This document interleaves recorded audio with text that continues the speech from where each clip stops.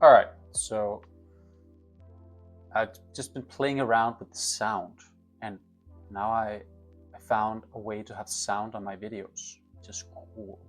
So now it's like more like chill, right? I kind of like it. All right, so I was out today with friends. Friend just got a new girlfriend, brought her to town. We've been out for lunch, cracked beers all day, home. It's 11 in the evening, and I was sitting down to do some work because I feel pretty motivated to do work, which is great. I'm also a bit tipsy. Uh, and I think for a long time I've really been stuck in like a loophole of trying to figure out like what the hell am I even like trying to do, trying to create, who am I trying to help, what product is it that I'm trying to create, what the fuck kind of business is am I trying to make, right? And I've been the whole time like, oh, I wanna help people solve problems with stress. I wanna help people get rid of stress. It's like it's so unspecific. Like, okay, stress with what? What is the problem? How am I gonna help them? So I've been trying to clarify it now. I don't know if I'm like that much closer necessarily, but I think that's also okay. I've been trying to read up on like business development, product development, and I think what I've come to now is that I am at the stage of creating an MVP, minimal viable product. And I need to create that, and then I need to test it. I don't know how it's gonna go. I don't know what people are gonna think of it. I don't know who's gonna like it. I don't know specifically who's gonna benefit from it. I have an idea of the target group that I want to help, but I need to test it. And it's such a broad category of being like, oh, people with stress. Who is that? The worst thing you can do in business is just like if you're helping everyone, you're helping no one. Alex Hormozy says something along the lines of like, you need to niche down, and like if you're not niching down, you need to be niche slapped. You get it? Bitch slapped, niche slapped. Huh. It's from the $100 Million Offers book. It's a good book. You should read it. I'm not at the stage where, because in that book he talks about like creating a grand slam offer, and I'm not in the position to create a grand slam offer. I am in the position of testing market. So I have a market hypothesis, which is people with stress, generally speaking. So I need to find a group of people who have chronic overthinking, feel burned out, feel tired, feel exhausted, feel anxious, not able to do the things that they want to do. Ideally, like my target group is going to be people in high profile positions who is suffering from mental burnout, chronic stress, and not able to perform the way that they want to perform, and that is keeping them away from reaching their goal, which is some sort of high profile, uh, high demand kind of job that they have. I want to help people in positions where they need to perform and achieve, also because I want to ideally target a group of people who have the ability to pay. And that is what I'm going for. I need to identify who those people are and what kind of problems they are struggling with. So generally speaking, if you're helping, and this is from Ali Abdaal, he's talking about at some point, if you're trying to help people with a health concern problem, you don't want to help them just solve their health concerned problem. For example, you don't want just to help people overcome stress. You want to help people overcome stress in order to achieve a goal that stress is preventing them from overcoming. Because then what is the value of helping someone overcome stress? Well, if that is the target goal, you are also, if we're talking like competitor wise, you are in competition with the government who is providing stress prevention programs. You are in competition with private actors who are helping people overcome stress-related issues, all like general healthcare market. And those kind of programs are already priced somewhere, like you can have a lot of free programs for that, and like government or insurance covered. So you're putting yourself into that kind of section, right? And that limits the price that you can put on a product, course or service, or like anything like that. You're putting yourself in that price range. That is not the price range that I want to put myself in. I want to put myself in a higher target price range, which is also what Alex Hormozi talks about in the Grand Slam offer. You want to create an offer that's so good that people cannot refuse. No, not like that. You want to create an offer that's so good that, yeah, that people cannot refuse it. So reflecting on that, first of all, in order to make a Grand Slam offer, which is an offer that is like ridiculously good, that like literally guaranteed will solve the problem that the person have grammar, I don't know, and ideally you want to talk to people who are able to pay for that, who is able to pay what you want for that solution. And my goal is to not work my ass off and have to serve like 100 million clients in order to make a living. I want to work as little as possible, and to do that I need to create a product that creates immense value for people who has the ability to pay for that. If anyone can help me with the grammar on have for people, and like all of write a comment, help me, for God's sake. So what I wanted to do with this video is just give a quick update on my thought process. So let's just do the whoopie thing, mini me, and go to the notes. So I am trying to figure out here, I'm using MCT as like my main method. MCT is metacognitive therapy, and my goal is to wrap and pack, productize metacognitive therapy. Metacognitive therapy is a therapeutic approach used by psychologists. It's a very new way of treating a lot of mental issues. It is very different from classical mental health interventions and psychological interventions such as cognitive behavioral therapy or like psychodynamic therapy, in that we do not care about what the problem is that you have, generally speaking.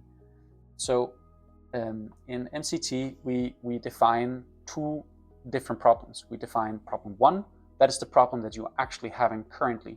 And problem one can, for example, be, I have a shitty marriage and I don't know what to do about it. Or my financial situation is fucked up and I don't know what to do about it. Or I can't handle all the tasks at work. I don't know what to do about it. And all of these issues are causing you stress. So these are things happening in the here and now in reality. It can also be that like a problem one that is completely out of your control can be you are hit by a natural disaster in the area that you are living. That is a very big concrete problem that will probably stress most people out a tiny wee bit, right? In MCT, metacognitive therapy, we don't care about your problem one.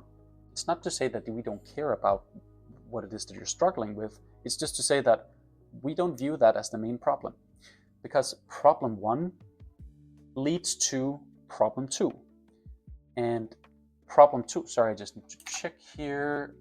We're still recording. All right, my camera gave all of you weird blinking thingy. It's all good. So problem one is what's actually going on. Problem two is all of the the secondary effects of problem one. So that is often what does problem one make you feel like? What does problem one make you think like? What does problem one make you do? What is your behavior surrounding it, right?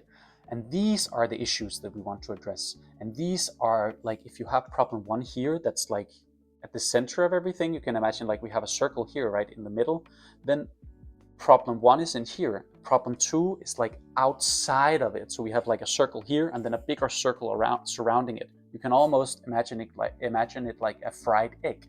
You have the yolk in the middle and the white on the outside, right? And often problem 2 grows much bigger than problem 1. And this is what metacognitive therapy addresses. And what problem 2 is called in metacognitive therapy is CAS, also defined as cognitive attentional syndrome. And basically what we define this as is all your strategies, that what you're doing to like cope with problem 1 can become so toxic and so problematic that now you're not only dealing with the problem itself, you're also dealing with all of these extra things. So it's overthinking, over worrying, like maybe your body is freaking out and you're freaking out because your body is freaking out. So now you're worrying about your body freaking out. That and like this chronic like overthinking, over worrying, or maybe like rumination, or thinking about what happened in the past, going over things again and again in your head, or thinking about like what's going to happen in the future, like chronically worrying about all of the things. Or maybe like you're not trying to like think about it, you're trying to not think about it. So like you're using a bunch of like not really healthy strategies to try and avoid problem 1 and all the thoughts that are occurring with it, the worries and overthinking. So you're like, maybe you start like pushing all the thoughts away all the time. You're using a bunch of like strategies to try and not think about the problem, avoiding it. It's essentially like avoiding it.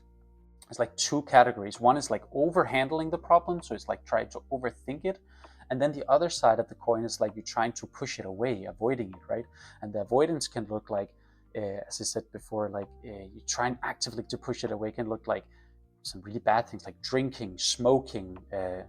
Like I was going through Reddit to find some things like about stress and people, how they deal with the stress issues. And one guy was like using escorts, fucking his way out of the problems, I guess.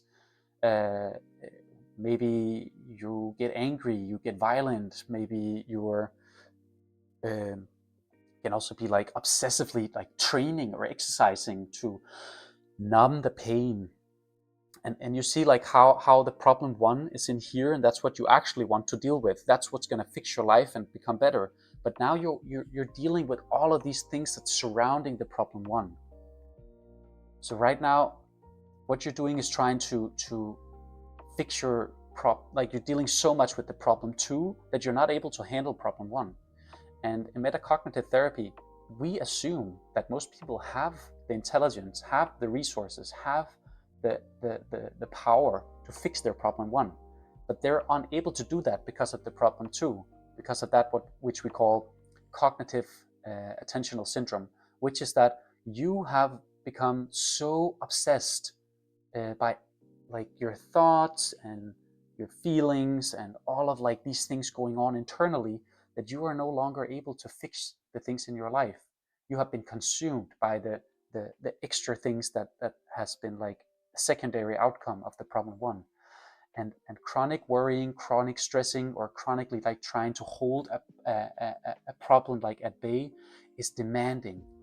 It costs you so much energy, it costs you so much time and resources that you will burn out from it. The underlying cause of stress is often not the external things going on in our lives, it's the internal things. It's all of the things that's going on inside of your head. Because when you're chronically worrying about the problem or trying to actively avoid it, you are chronically like so hyper focused on the problem and like the problem of the problem, so to speak, that it keeps your system, your organism in a chronic state of fatigue, a chronic state of stress. And this stress keeps you in a catatonic state.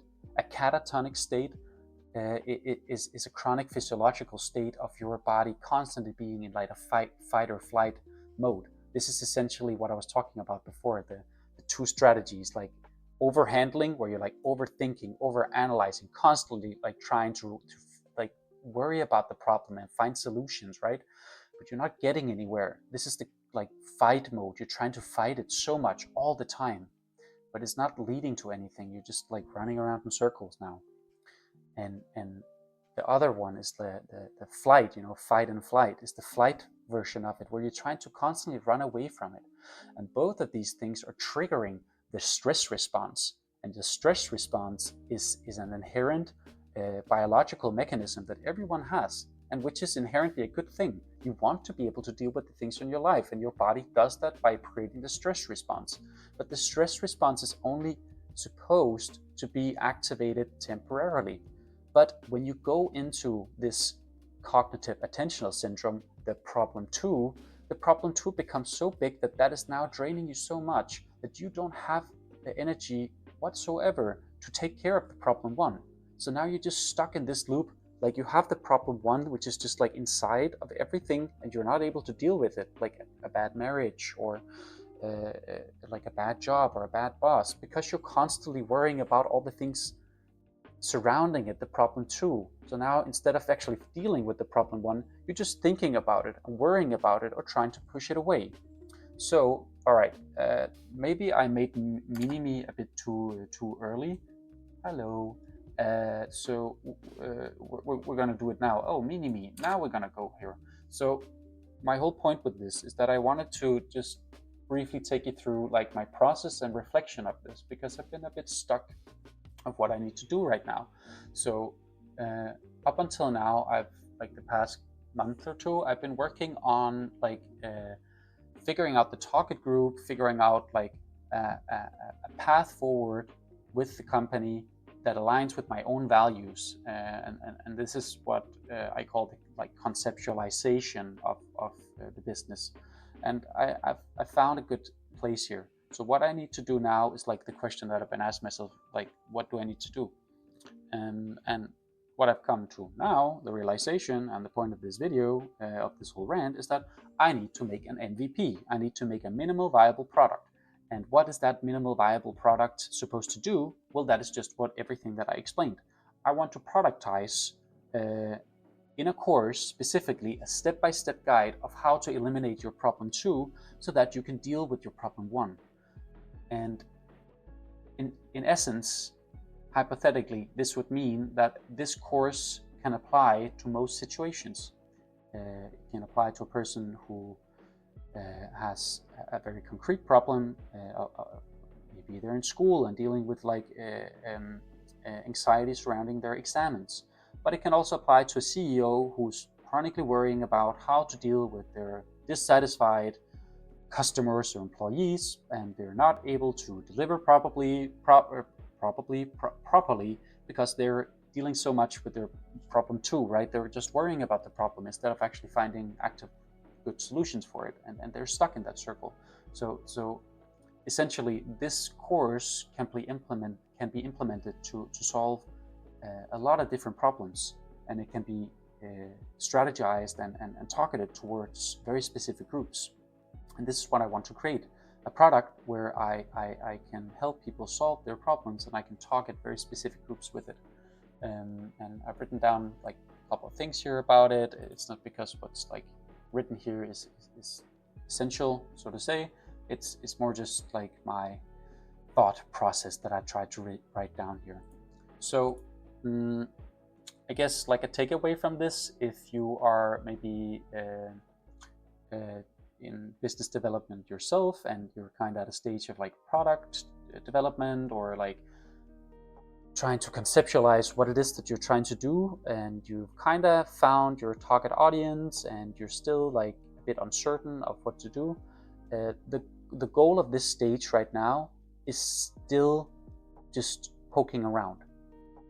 From like what I've read and learned and everything like surrounding it, you want to create an MVP, minimal viable product, and you want to create something that you can test as fast as possible. So my goal right now is to conceptualize what I just said, create a small like prototype of it, which is going to be just a simple PDF file, and I want to try and recruit a group of people within my target audience. So ideally people who is struggling with stress and not able to solve the problem that is currently like being a problem in their life, and see what they say. I want to validate the effectiveness of this problem. So this is a hypothesis. What I need to do right now is, one, I need to get very sharp on concretely how this structure, what it needs to look like, how I can translate my knowledge of metacognitive therapy into like a structured course format and find a target group where I can test it. And then I need to evaluate by collecting feedback from the participants and see what the hell they say. I need to figure out, is this something that they can use, or is this just complete nonsense to them? I already have clinical experience from this. I work with metacognitive therapy on a daily basis, where I treat people with chronic pain issues. They have a lot of, like, if we're talking about problem 1 and problem 2, they have a very big problem 1, which is that they have a chronic pain condition, and from that they have a lot of problem 2s, which is all the worries surrounding that. So I'm helping them essentially in daily life to reduce all the problem 2s so they can better deal with their problem 1, which is the pain. So this is productizing expertise. I'm not saying that I'm an expert within this, but I have quite a lot of knowledge surrounding this, and I'm working with it on a daily basis. I'm also still in training, definitely as a therapist, and I also need to better myself as a therapist. The trap that I think a lot of people fall into at this stage is that they think, oh, I need to, there's like two things that I think people fall into. And when I say people, I mean from the general stuff that I read and talking about myself, is the like compulsion to think, oh, I need to better myself. I need to take another course. I need to become an expert. I need to like have 5 years more of clinical expertise before I can move forward in this process. To like halt the process and stop. Secondly, they think that they need to make a perfect product. They need to make like not just a PDF version or like a simple, like kind of shitty version of the idea that you have. No. They, like, then you need to spend the next 5 months creating the perfect like whole setup and like perfect course material and everything from like, you know, A to C in order to solve all the problems possible. And from everything that I've learned so far about business development, these are the like two biggest mistakes. Is that you think that you need to be better and have more knowledge, and you think that you need to create the perfect product from the get-go. And I'm trying to teach myself that that is not necessary. So this video is also just a reflection of my own process and trying to remove that mental barrier and zero in on exactly what it is that I need to do now. I need to create a very simple version of the like my ideal version of what I want to do. I need to find a target group where I can try make a trial of this, showcase the formula to them, the PDF file, and hear what they think. That's it. And when you say it out loud, it's very reasonable and very simple. It's basically like, hey, I have a proposition, possible solution that might help you to your problem. Would you care to try it? And would you care to tell me what you think of it? And would you care to tell me if you think that it helped you in any way? And that's kind of it. And that gives you validation if like the thing that you think will help them is actually going to help them or not, instead of just imagining it and spending a year or more inside of your own like, you know, notebook, so to speak. Yeah, shit, like every time I make a video I'm like, okay, this is gonna be a 5-minute, oh what the fuck, what the hell, I'm always like, oh, this is gonna be a short 5-minute video, and I end up ranting for so long. Yeah, so that's it. I'm gonna end the video now because now it's already 24 minutes long. All right, so this is on the shorter side of the videos that I've done so far, I think, in general speaking. Yeah, it's just a reflection. So if anybody is watching out there, you can tell me, was it nice that there was some music playing? Do you relate to the problem at the stage that I'm currently at? If you are also yourself developing any kind of product or business model, or trying to like move your company forward and you're in a similar stage, it would be super cool for you to reach out and tell me about where you are, what you're struggling with, and how you're dealing with it. Also, if like you're far ahead of me, I would love advice. Amazing. If you're maybe just starting out, I might be able to provide some insights and like right where you are in the process, and I will definitely try and give feedback based on what I know now. I'm not an expert at all. I'm learning, and this is like me taking you through my reflection and thought process of this. All right, so excuse me. Next time you hear from me, hopefully I will have more concrete things to show you, and I will show you the first iteration of my product. Yes. So that's it for now. Thank you so much for tuning in. Like, subscribe. I'm trying to grow this channel. I'm trying to create a space where we can reflect about business together and business development, personal development, and if you're into that kind of stuff, well, this is the channel for that. All right. Thank you so much, and I will see you soon. Bye.